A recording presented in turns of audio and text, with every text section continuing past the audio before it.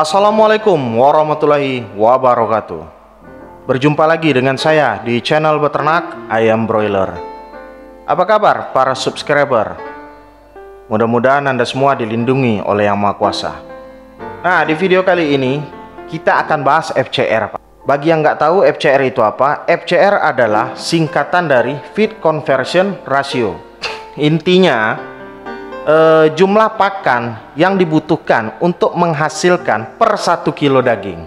Jadi keuntungan para peternak sangat ditentukan dari besar kecilnya FCR. Kalau FCR-nya kecil, bobotnya lebih besar, sudah pasti si peternak mendapatkan untung. Tapi kalau sampai FCR berada di atas bobot ayam, misal bobot ayam adalah 1,5 kilo, tetapi FCR-nya misalnya 1,8, bisa dipastikan peternak tersebut akan merugi. Tapi jangan salah, di saat ayam broiler masih muda, masih kecil, nilai FCR akan besar. Misal pada minggu ke-1 itu FCR-nya hampir bisa 1,3 Pak. Tapi buat apa juga kalau FCR-nya besar, kan ayam juga nggak bisa dijual. Nah, disinilah mengejar sampai di umur ayam itu pantas untuk dijual. Dan diusahakan FCR ini supaya lebih kecil daripada bobot ayam broiler tersebut. Lantas bagaimana caranya mengetahui FCR ayam broiler Anda? Caranya sangat gampang. FCR itu rumusnya jumlah pakan yang dihabiskan dibagi dengan jumlah bobot ayam. Misal, jumlah pakan yang dihabiskan 300 kilo, sedangkan daging yang dihasilkan adalah 150 kilo. Jadi tinggal dibagi 300 dibagi 150. Berapa hasilnya? 2. Berarti FCR-nya itu 2. Dan ini FCR yang sangat sial Pak. Jangan sampai Anda mendapatkan FCR di angka 2. Jadi berapa Bang standarnya FCR ini supaya kita tidak merugi? Pada usia 0 sampai 7 hari FCR standar ya. Jadi dari umur ayam 0 sampai 7 hari Anda itu timbangnya di usia 7 hari Pak. Dihitung jumlah pakannya, ditimbang sampel ayamnya, mungkin ambil ayamnya itu mungkin secara acak 10 ekor. Untuk usia 7 hari ini FCR standarnya adalah 1,27. Selanjutnya di usia 14 hari ketika Anda timbang, usahakan FCR Anda itu paling besar 1,3 di usia 14 hari ya. Jadi usahakan Anda itu timbangnya per minggu Pak. Usahakan yang di umur 14 hari ini jangan lewat dari 1,3, karena bisa dipastikan ada gangguan performa ayam broiler Anda kalau lebih dari 1,3. Di usia 21 hari FCR Anda seharusnya sudah 1,33. Jangan sampai 1,4. 1,33 itu sudah paling mentok Pak FCR-nya untuk melihat ini ayam broiler saya ini performanya bagus apa enggak. Di usia 28 hari ketika Anda menimbang, usahakan juga FCR Anda jangan pernah melewati dari 1,4. Kalau sudah melewati 1,4 FCR Anda akan menjadi lebih sulit untuk mengejar performa ayam broiler yang lebih baik lagi. Kalau bisa 138, 139 itu lebih bagus lagi untuk ayam broiler Anda. Jadi jangan salah, walaupun ayam broiler Anda itu gemuk, sehat, matinya sedikit, tapi kalau konsumsi pakannya itu lebih banyak daripada jumlah bobotnya, misalnya FCR-nya ini sudah 1,7 sedangkan bobotnya baru 1,6. Ini nggak masuk akal dan Anda pasti akan merugi. Tapi saya beritahu kuncinya, kalau FCR Anda besar, ayam Anda terlihat besar dan gemuk-gemuk, coba awasi ABK Anda. Mungkin ada main dengan pakan, karena sangat tidak masuk akal kalau ayam dengan kondisi sehat dan matinya sedikit dia mengkonsumsi pakan yang sangat banyak gitu loh. Jadi sangat jarang sekali terjadi kasus seperti itu, kecuali kalau ayamnya banyak mati. Mungkin FCR-nya naik, karena kenapa? Pakan yang dimakan ayam yang mati ini kan ikut menjadi bangkai, jadi nggak bisa dijual. Inilah yang bisa menyebabkan FCR Anda itu besar. Jadi hati-hati. Makanya saya bilang, kalau Anda mau buat usaha ayam broiler, cari orang yang benar-benar bisa Anda percaya dan bisa Anda pantau. Nah, sekarang bisa nggak Bang FCR itu di atas standar? Misalnya PT menetapkan bobot ayam 2 kilo, FCR standarnya itu 1,65. Ini misalnya. Bisa Pak.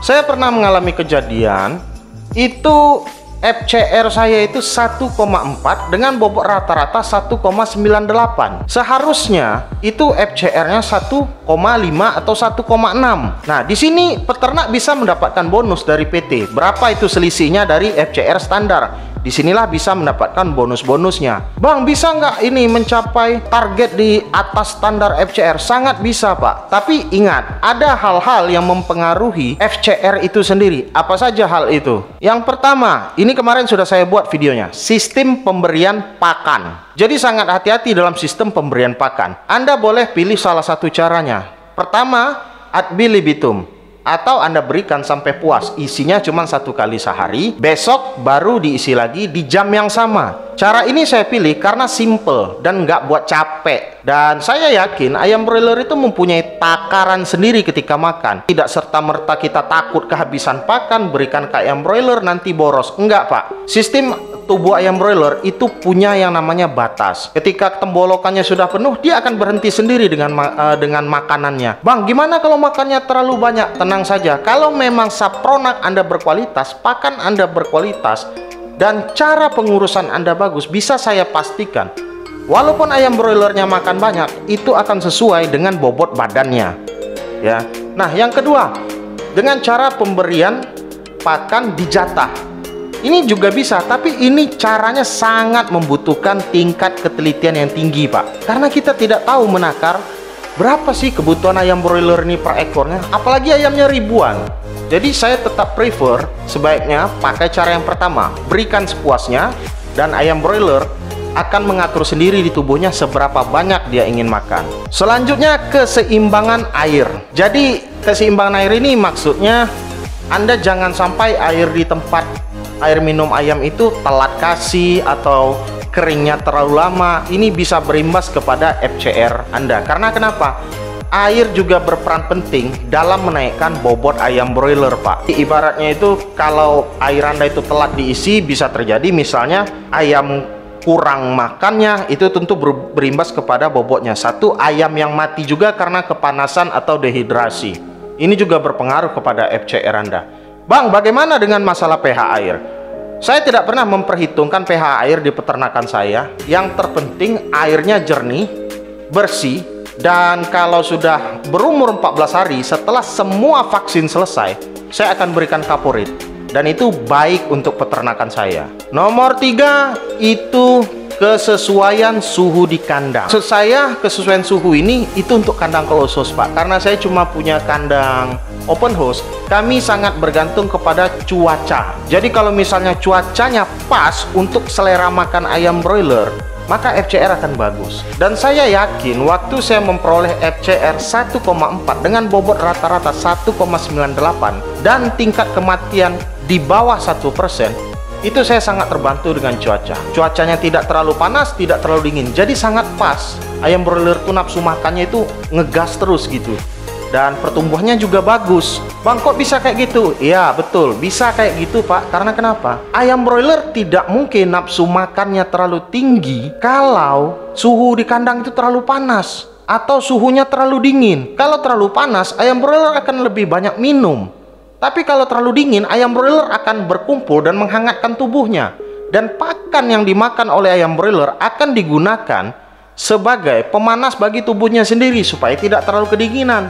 Jadi, atur suhu kandang Anda. Kalau masih kecil, misalnya harus dibuka tirai, ayamnya masih kecil ya, sebaiknya hidupkan pemanas sambil tirai dibuka, dan itu baik untuk ayam broiler Anda. Penggunaan ventilasi udara.